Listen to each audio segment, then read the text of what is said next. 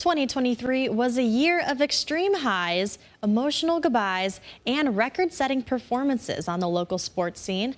In tonight's Eye on KELOLAND, Travis Fossing walks us through the moments that were forever etched into history. 2023 kicked off with a moment nearly 2 decades in the making. In January, 19 years after joining the Division I ranks, SDSU earned its first FCS national championship. The Jackrabbits secured the title with a 45-21 win over perennial football power NDSU. My dream ever since I was a little kid, just to win a national championship, go compete for national championships, and to finally have that happen, I mean, it is a dream come true. I just want to say thank you to the whole state of South Dakota for believing in us, and for everyone that made the trip. It was so special, and couldn't be more thankful. I think this is a historical time at South Dakota State and South Dakota State football to win a national championship at the Division I level, and our guys are focused, and so ideally we can do it again sometime. SDSU has extended its win streak to 28 games since winning the crown, but longtime head coach John Stiglmeyer is no longer at the helm. After 26 seasons as head coach, Stig opted to retire in January. It'll be unique, it'll be fun, it'll be all those things wrapped up. I'm going to be a fan. And if I'm close enough to the field, I'm going to still yell at the officials. But I'm going to celebrate the victories, again, through the football team from a distance. In late January, USF lost a coaching legend with the death of Bob Young. The Beersford native led USF to 172 wins in 22 seasons, including the 1996 NAIA National Championship. So many good memories, and just such a strong man that has been there for not just me, but so many other USF alumni and many beyond. The SDSU women's basketball team finished 18-0 in the Summit League and advanced to round 2 of the NCAA tournament. The team's final loss also marked the end of Maya Sellen's college basketball career. I'm grateful to be a part of this program, but just more grateful to who I got to do it with and who I was alongside the whole ride.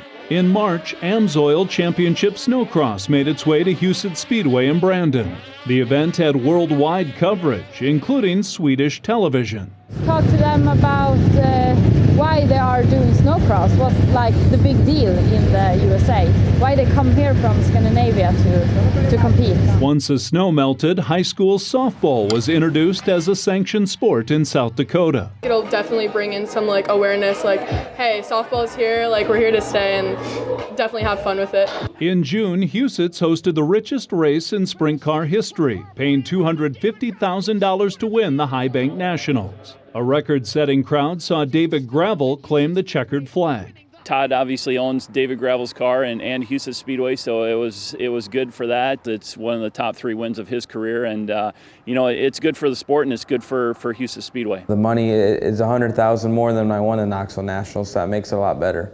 The Sioux Falls Storm fell 1 win short of an IFL championship. The loss also marked the end of Curtis Riggs' run as head coach. In 20 seasons, Riggs won 11 championships. The Sioux Falls Canaries qualified for the American Association playoffs for the first time since 2020. Mike Meyer was named the league's Manager of the Year. The Sanford International has a 3-time champion, following Steve Stricker's 1-stroke win over KJ Choi. Everything from the weather to the champion to the crowd support, community support just in general, really an ideal week for us. Gymnastics was not part of the Sioux Falls School District's 2023-24 budget. Gymnasts and their parents say the district violated Title IX and sued. In October, a federal judge upheld a preliminary injunction, and until the lawsuit is settled, gymnastics remains a sport in Sioux Falls. On the high school gridiron, Pierre topped Yankton 35-7 in the 11AA championship game to win its state record 7th straight title. They were the first group of 7th grade football players that we had when the school put in 7th grade football. It's a special group in that sense that they've been with us the whole way, and they don't know what it's like to not come here and win. In college football, USD won 10 games for the first time at the FCS level. The Coyotes also made their first appearance in the FCS quarterfinals. It's been a special road this year for our guys. It's been a special road for old head coach. As for their in-state rivals, SDSU is heading back to Frisco for the third time in 4 seasons. Finally, at the FBS level, South Dakota native Kalen DeBoer has Washington 2 wins shy of a national championship. All that support I get from back there means so much to me.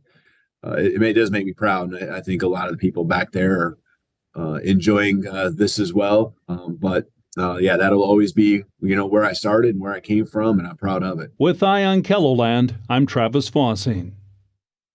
Washington will play Texas in the FBS semifinals at 7:45 on New Year's Day.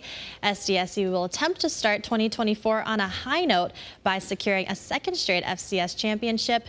The Jackrabbits will play Montana on Sunday, January 7th in Frisco, Texas. Kickoff is set for 1 p.m.